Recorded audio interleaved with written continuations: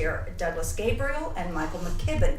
And I want them to get started on talking about some of your raw research on Jeff Bezos. It's fascinating. We're not ready to put it together in article form, but can you kind of enlighten us what you're finding here? Well, you said you wanted to talk about him, and I really haven't focused on him specifically. He's always been in the periphery of our research because we were more focused on what Facebook was doing and what the Eclipse Foundation was doing. But I mean, Amazon's all over the Eclipse Foundation. I mean, they've been using that code for a long time. So I always knew it was there, but I never really looked into Jeff Bezos' background. And so I and some other people spent some time researching the facts about Jeff Bezos. And I can give you some general impressions so far from what we've found. First of all, we've been looking at the backgrounds of all these players in this cartel for 5 years, and the first thing you start to see patterns develop. And so when you look at certain people's resumes, they're just explosively massive, and that's always the first clue now that they're corrupt, because nobody can do that much stuff over that length of time. And his resume, and be placed with the biggest evil players. Oh yeah, they're all on the together. face of the earth. Somehow he and goes they're all from job quoting to each job. other, and they're all His referring first to each teacher other. is so amazing that she invented global warming. I mean, Jeff Well, Bezos she is claims so that. dirty, it's disgusting. Okay, so the first thing was the massive volume of the resumes. That's usually a telltale sign of corruption in our experience. Secondly, the articles written about him are all over the map in terms of how flowery they are about his background, about who he knows, about all of his little geniuses, his little foibles from school time, and that kind of thing. And whenever you see that kind of thing, the impression we have now that's misdirection. They don't really want you focusing on his resume. So the other thing is, there's no place to get his resume in a chronological order. You have to kind of pick it up from a lot of different sources. So those were all telltale signs of a pretty corrupt person. But reserve judgment, then once we got the timeline in order, we started looking at it. And he graduated from Princeton in 1986. And they make a big deal on all of his resumes about how he turned down jobs with Intel and with Anderson Consulting and one other big name to go to work for a couple of Columbia economics professors. And I'm not going to get her name right, but she's an Argentinian American. Her name is Graciela Chichilnisky. And Yep, I'll that's have it. You that got name in the comment box so Okay. viewers can see it. Yeah, so they make a big deal out. He went to work for her and another professor from Columbia instead of going at these big names. So that was neither here nor there. So kind of put that aside and started studying her. And oh my gosh, you talk about a resume. That resume that she publishes on her website is It's the over most amazing 40 thing I've ever pages long. It cannot be possible. No human could have done all of that. No. Not in any way possible. Plus, Bezos's granddad, his grandfather, was not only the Atomic Energy Commission, he was in DARPA, the Defense... Another red flag.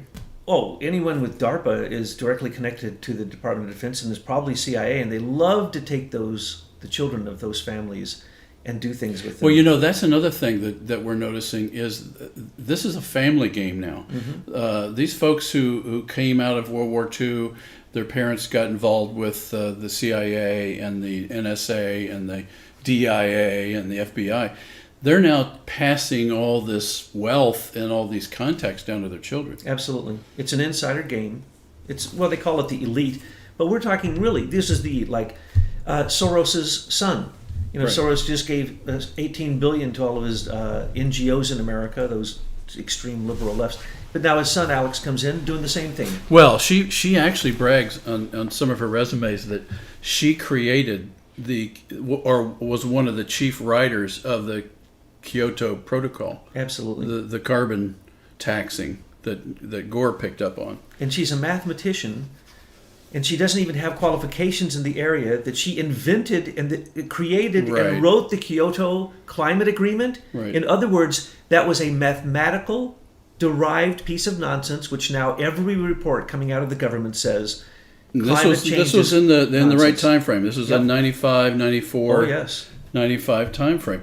So They wanted those carbon dollars. It was a tax. The woman is nothing more than a mathematician, but she figured out the math on the way to tax this and the lies and what had to be done to create the mathematical okay, lies. so let's roll this forward to 2010. She makes a lot about her founding of a company called Global Thermostat. Yes. And I had heard about this in general, where you take carbon out of the air and somehow put it in the ground. I'd heard that, but I'd never really dug into it. Well, apparently she founded this company called Global Thermostat. It was timed conveniently at the time of the Obama energy stimulus. So I started assuming I'm going to see a great inflow of funds, okay, into the company. Well, sure enough, her executive director, and I don't remember the guy's name right now, but all the resumes say that he is the source of her funds. Her and another gentleman, another professor. And so I started digging into his background, and then the connections with the deep state just exploded. And this Global Thermostat is an existing company with all these funds flowing in from this other gentleman. So Edgar Bronfman. Yes, Edgar Bronfman, Bronfman. Yeah, Junior, and The his richest father family in Canada.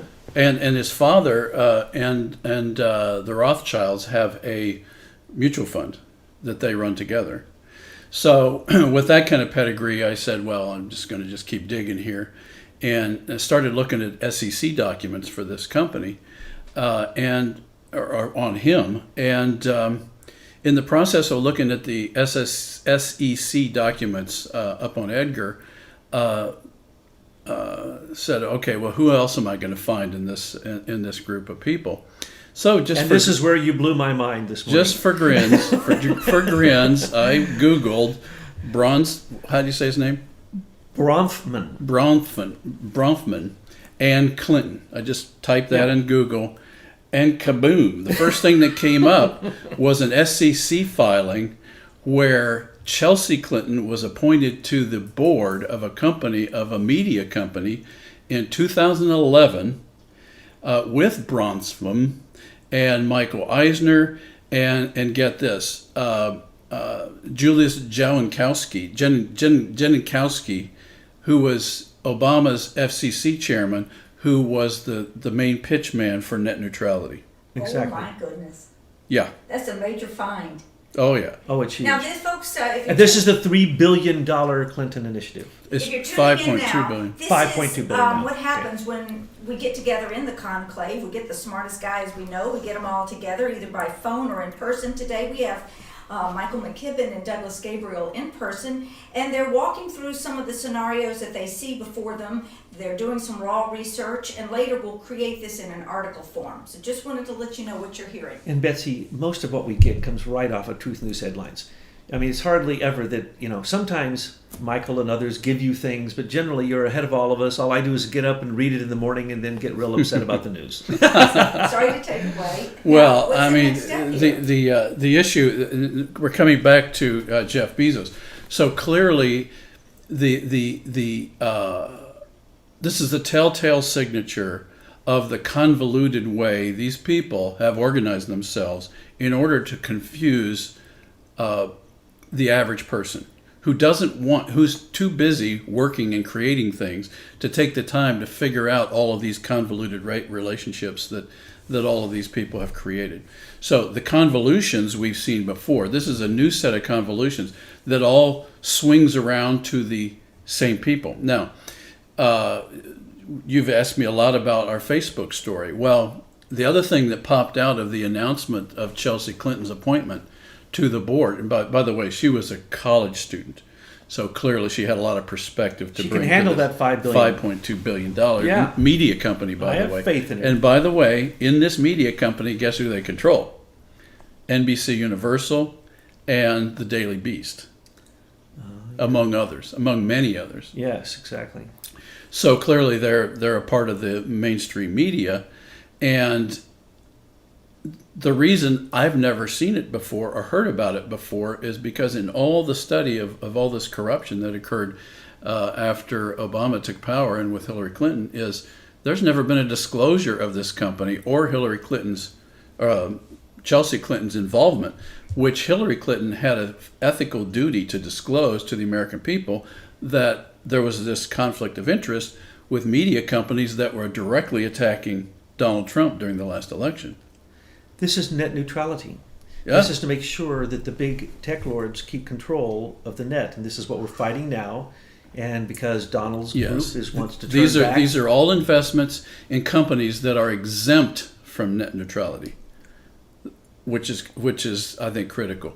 So let me finish the story there. So at the same time as Hillary Clinton, Chelsea Clinton was appointed to this board, a London partner of Accel Partners was also appointed to the board of directors.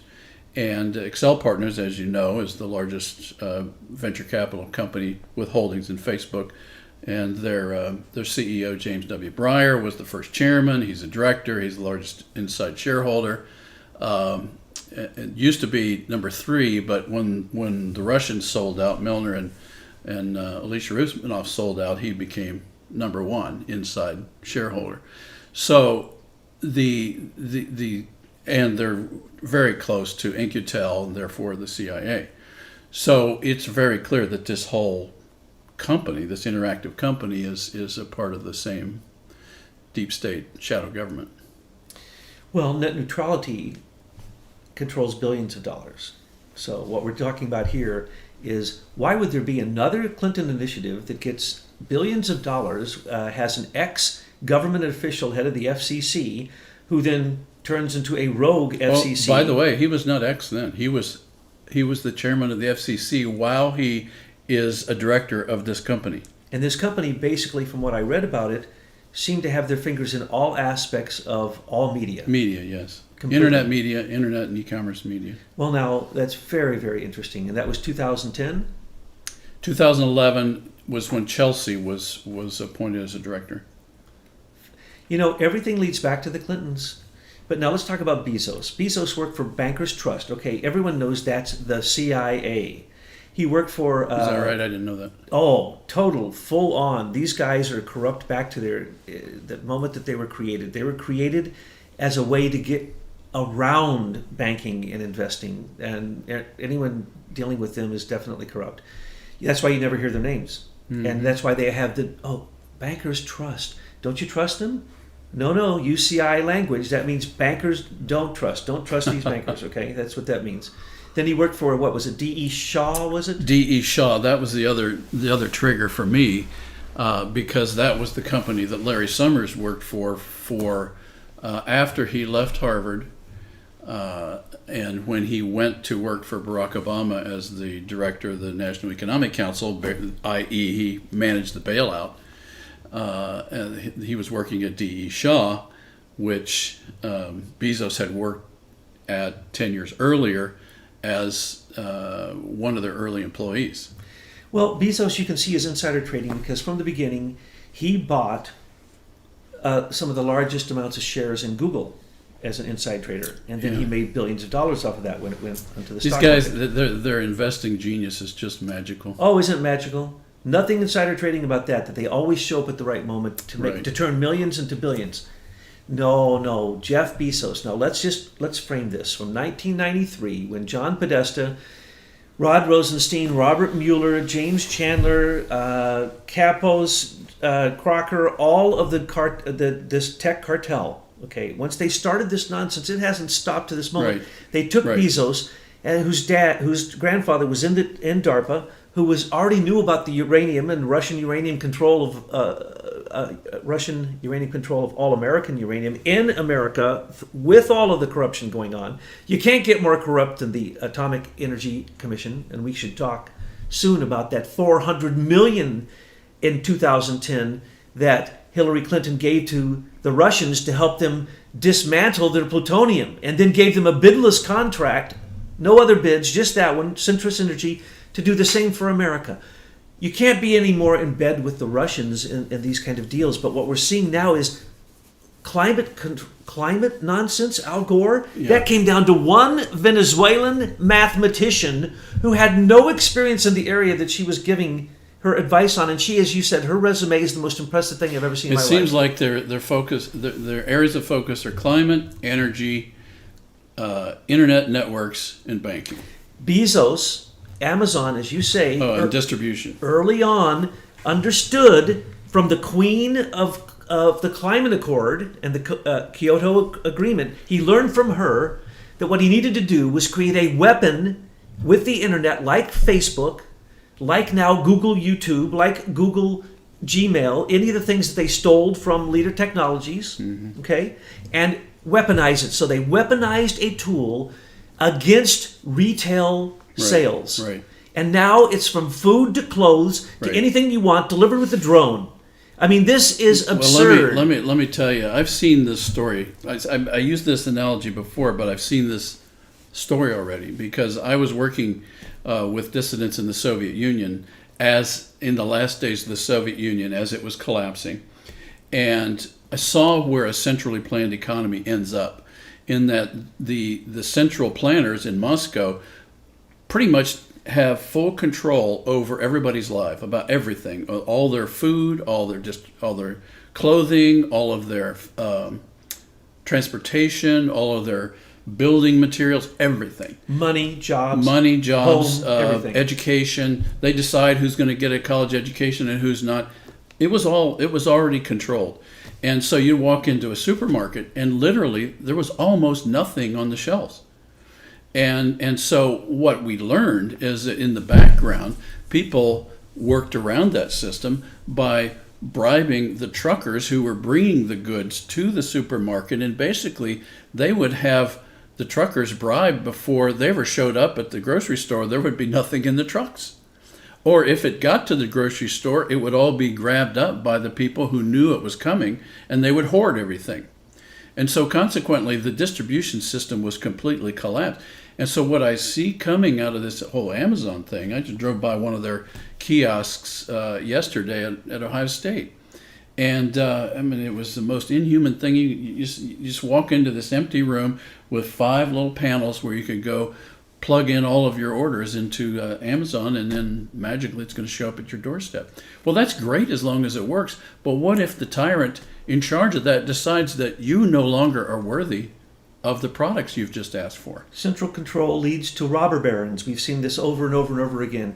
Let's remember, Jeff Bezos has a contract with the CIA. He uses his same memory devices that we order our books and our clothes on to keep track of your secret life from the CIA surveillance of you, which has already been breached in just the first few weeks, first few months that they got the contract. He is totally CIA. He's bought Washington Post. He learned from the IAC and Chelsea's $5 billion control of the media that he needed Washington Post, so he bought that. Let's remember, he's made almost no money. These are all false valuations. I think it's IAC Interactive Corp is the company we're referring to. That's Chelsea's control of the media. This is the money behind it. He learned from the climate lady how you have to control everything. And then yesterday I heard Peter Thiel, one of his buddies, one of the group that stole from Leader Technologies,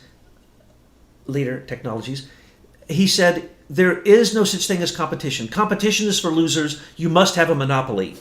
Okay, we have laws against that in this country, but Obama ignored them and he created these monopolies. And now you have Bezos, total CIA. Right. You have Facebook being totally controlled by the NSA and PSYOPs control, okay? You have Google being controlled by the Democrats because Eric Schmidt created the Eric Schmidt project. He gave $1.5 billion to get Hillary elected. So you get elections controlled, you get distribution controlled, you get internet and entertainment controlled, you get Uber, so you don't have transportation anymore. So as long as that stuff works, it's very convenient. But as soon as the autocrat or the tyrant decides you're not worthy any longer, or you don't have enough value, perhaps that's the reason for Bitcoin, because behind Bitcoin is going to be a valuation of you as a person, and whether you're a valuable contributor to humanity. That was the other thing about the Soviets. They actually valued people's personhood by whether they were contributing, a net contributor to the society or not. And if not, they knocked them off. They put them in mental institutions. They starved them. They put them in the gulag. They killed over 40 million of their people. That could happen in America. It could because happen of our very autocrats. soon. Because our autocrats have taken capitalism into the wrong direction, of the robber barons, of the corporate untouchables, too big to fail. And so you have Eric Schmidt. What happens with these people? They all say the same thing. They're going to live, I heard, what was his name, Sean Parker? Mm-hmm. He's going to live to be 160 now, and the rest of us can suck it, okay? Too bad for you guys, because why? I got the money, you don't. We have to get rid of you people. He basically said this. So what does Eric Schmidt say? I decide who the president's going to be, because he uses Google to do so. I don't think Zuckerberg ever says anything. I don't think he's smart enough to say anything, okay? And he wants to run for president. They all turn into psychopaths with the power. They all become cutouts. And they're the cutouts, exactly. I was going to use your word there. They are cutouts whose daddy was in DARPA, right, and whose mommy did such and so. And they, whether it be Bill Gates, who I don't think can write code, Zuckerberg, who I do not believe can write code, Thiel, who is simply, I don't even know what you call him. He's an economic terrorist is what I would call him. I just heard an entire lecture of his, high level, economic terrorist. The anger in his face never stopped. Right. So then you have to look, what do these guys really want?